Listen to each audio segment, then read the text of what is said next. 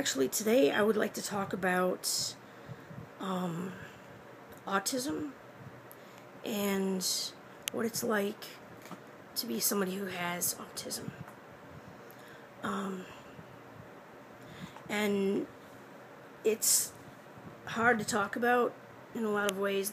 It's not something that is a part of your life. It's not just a part of your life. It is your life. It colors your life. You react and you think and you feel all in different ways because of your autism, because you are neurologically different than other people. And it's not always a bad thing. In fact, it isn't a bad thing. It's a very difficult thing to have living in a world with people who are not autistic, people who designed this world for people without autism. Anybody who actually has autism can tell you that this world is not, it's not built around them, and it's very hard to function. And my biggest problem in it is, as it is for many autistics, it's the social interactions. It's how people misunderstand me, misinterpret me, or I miscommunicate. I'm thinking one thing and I think I'm conveying that, and instead they're getting an entirely different concept, a different idea, and there's a lot of judgment. There's a lot of judgment.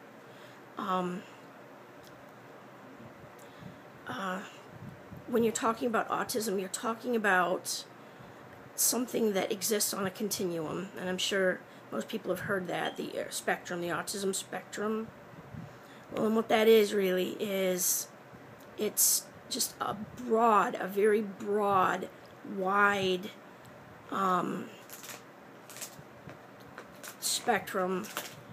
I'll try to think of a better word for that, because, let's see, it's at one end of the spectrum, this range of symptoms and this range that encompasses the disability known as autism. On the one end, you've got very severe symptoms and greater differences in neural functioning. People often misinterpret those people as being retarded, and I use the term retarded. There's probably a better term.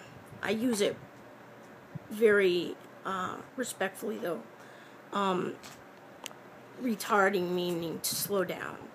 They are neurologically, people who have severe autism are very neurologically impaired. Some of them never develop language skills. Can never develop, can never become independent. Many of them end up being institutionalized, or they live at home with their family, and they're dependent on their family for their whole lives. And then there's the other end of the spectrum, and it's usually associated with people having high IQ, or oftentimes being very intellectually capable, beyond just the average intelligence, with excessively high intellect. But maybe not excessively, it's not the best choice of words, but an exceedingly high intellect. Anyway, and those people, a lot of times, those people are also still somewhat dependent on their families. From the statistics say, most of those people don't marry.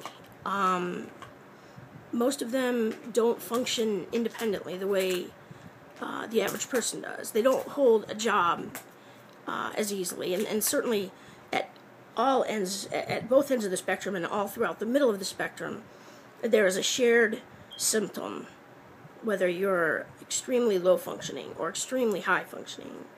And that is your inability to function socially. So we're missing something that enables us to function socially in the way that most people do. And that is very hard.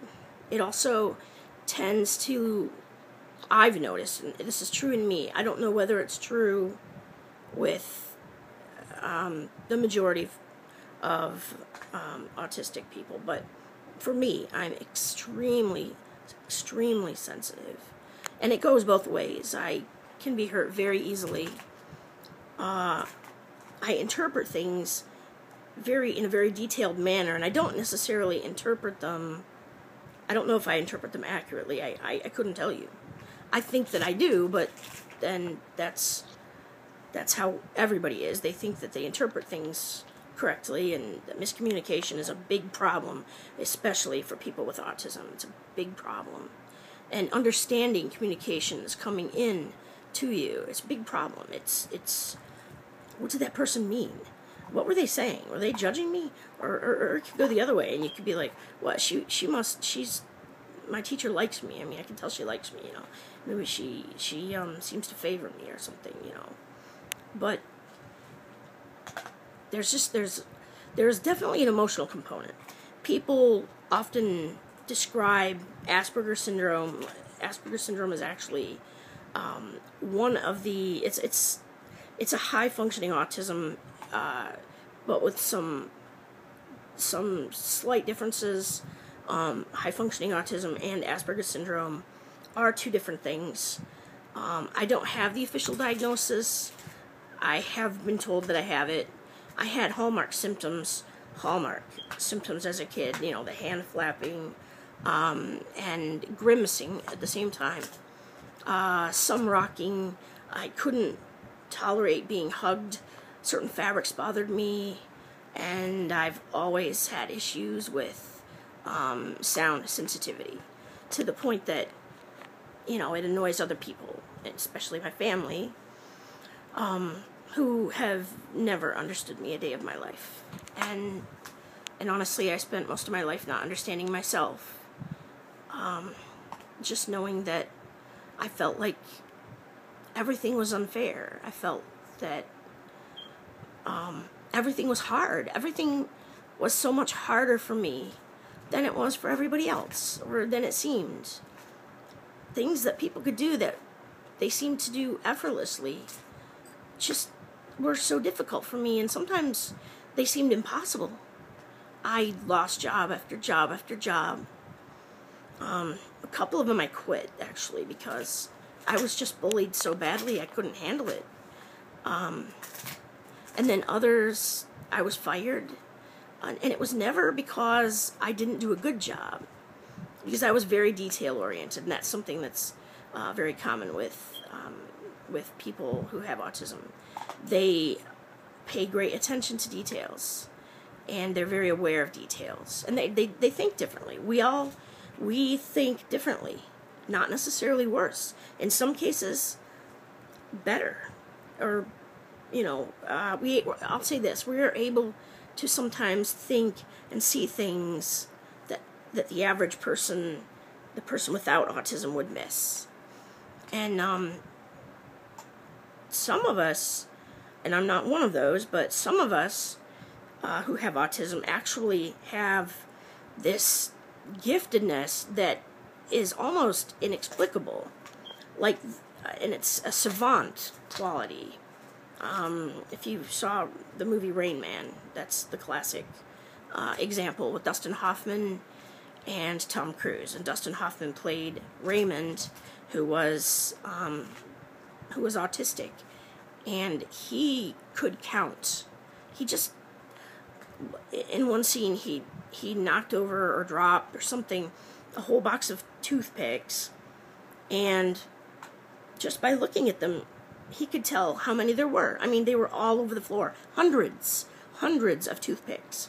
And he looked down there and said something like 397, meaning out of the pack of 500 or whatever it was, there were 103 of them missing.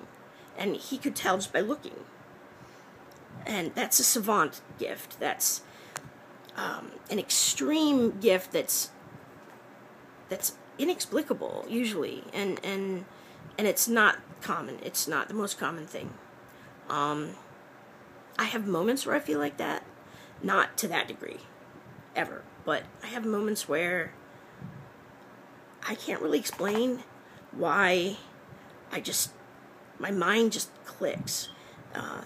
Ideas just click. And I have this understanding that I can't, and this almost, this brilliantness that comes from somewhere in my brain, and I don't know, it just comes out. It's not something I can control. It's not something I can count on. It just happens sometimes. And it's actually a great feeling. And it's something that your average person rarely experiences. It's something that your autistic person experiences much more frequently, or somewhat more frequently. And I'm sure, in that whole continuum, it's different for every person. The continuum is just that. It's a continuum. It's a spectrum where there's this. It's just like all gray. I mean, there's no black and white. There's no definition between one degree of autism and another. They exist with very, very minor differences sometimes, just very subtle, indistinguishable, and yet they can go anywhere, like I said, from severe autism to mild autism. My case is very mild, and that sounds, better. That sounds better. And in a way, it is better. I do have language skills. I'm functional. I'm intelligent. I have a lot going for me. But it's a real bane, too. It's a curse, because you look normal, you seem normal, you sound normal, you exhibit all of the characteristics outwardly that a normal person exhibits. But you're not normal. You're not. If you're not diagnosed, if you're not understood, certainly if you are treated,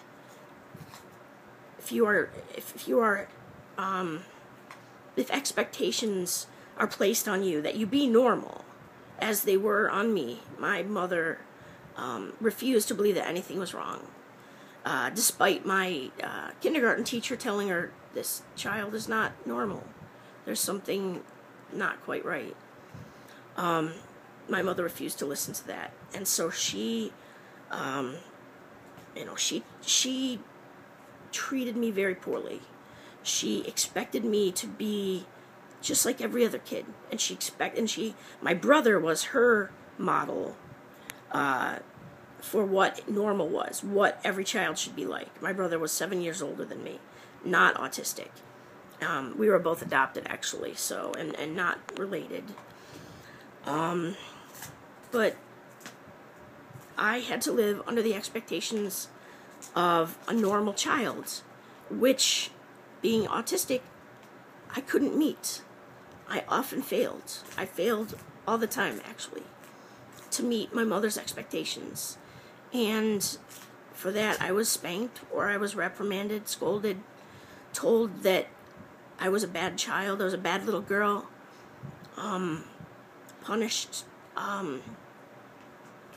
and eventually, my mother just, she loved me, but she developed a hatred for me as well. And I couldn't do anything about it.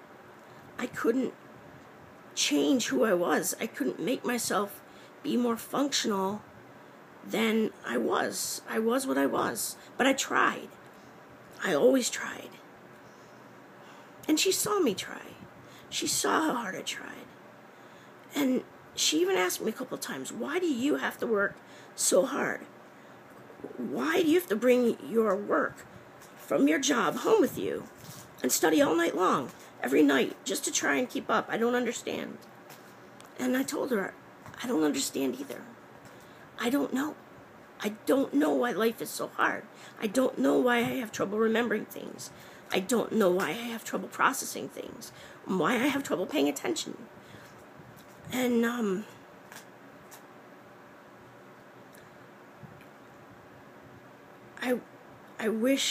I hoped that when she saw moments like that she would be a little kinder, a little more understanding. And she might have been for a day or two. But then back came the expectations.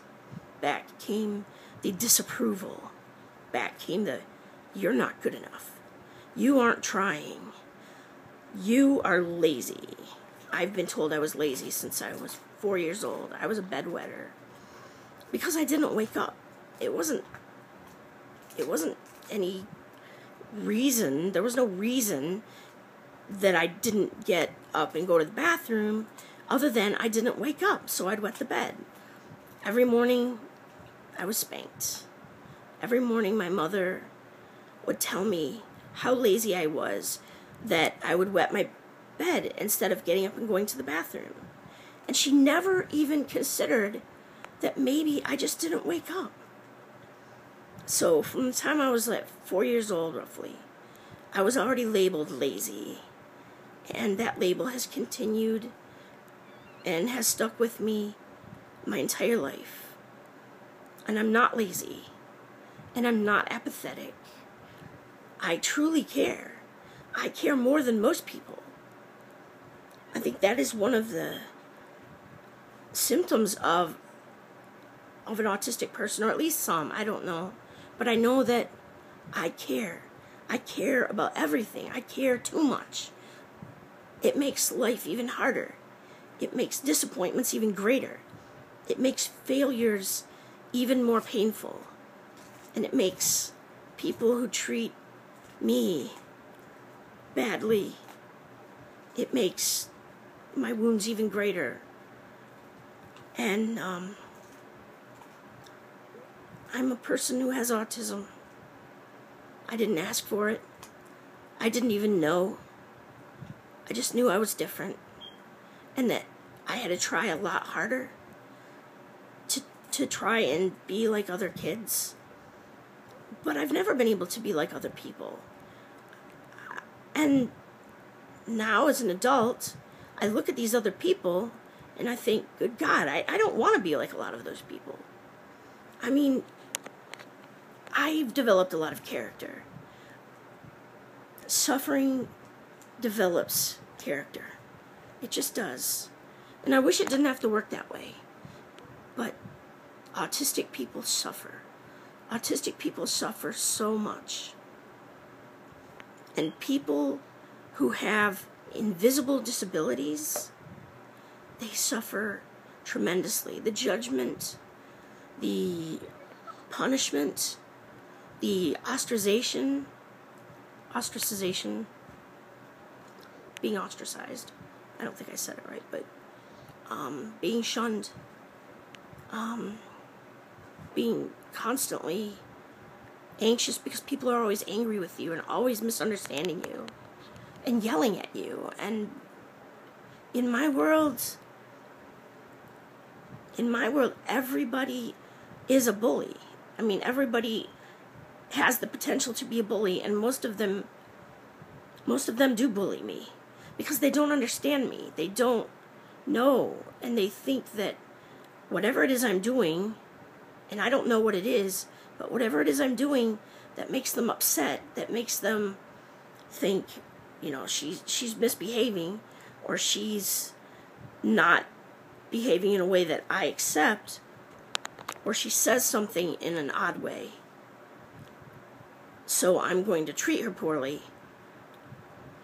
Well, I sort of lost my train of thought, but I have that happen a lot. Those people become bullies. To me, they're bullies, and to me, they're very frightening. And I don't function well. I'm very intelligent. I can tell that. I know a lot of people have told me that.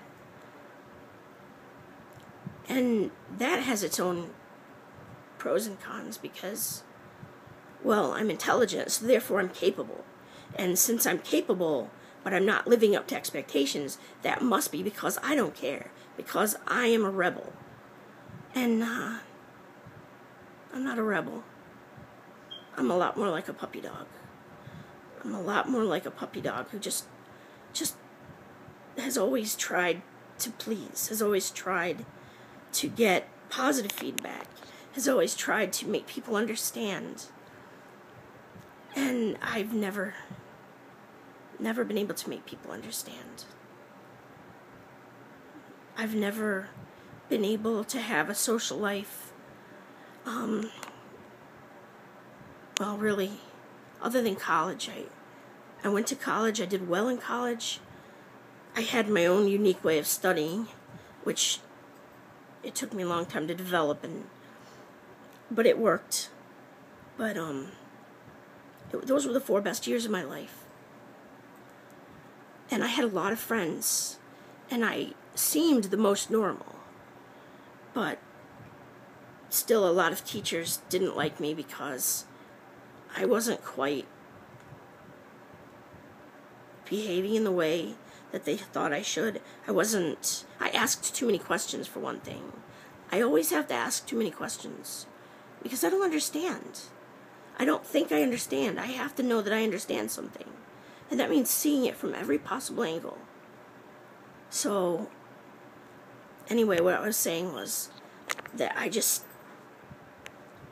live a very isolated life with very few friends. I don't venture out of the house much. I have a dog, Tucker, there. Well, he just jumped down, but I guess I'm making this because I hurt so much inside. Because people don't understand me. Because people judge me, and they think they understand me. And they tell me things about myself that they couldn't possibly know, but that I do know. Like, I do care. I do try. I try harder than anybody I know, and yet I fail.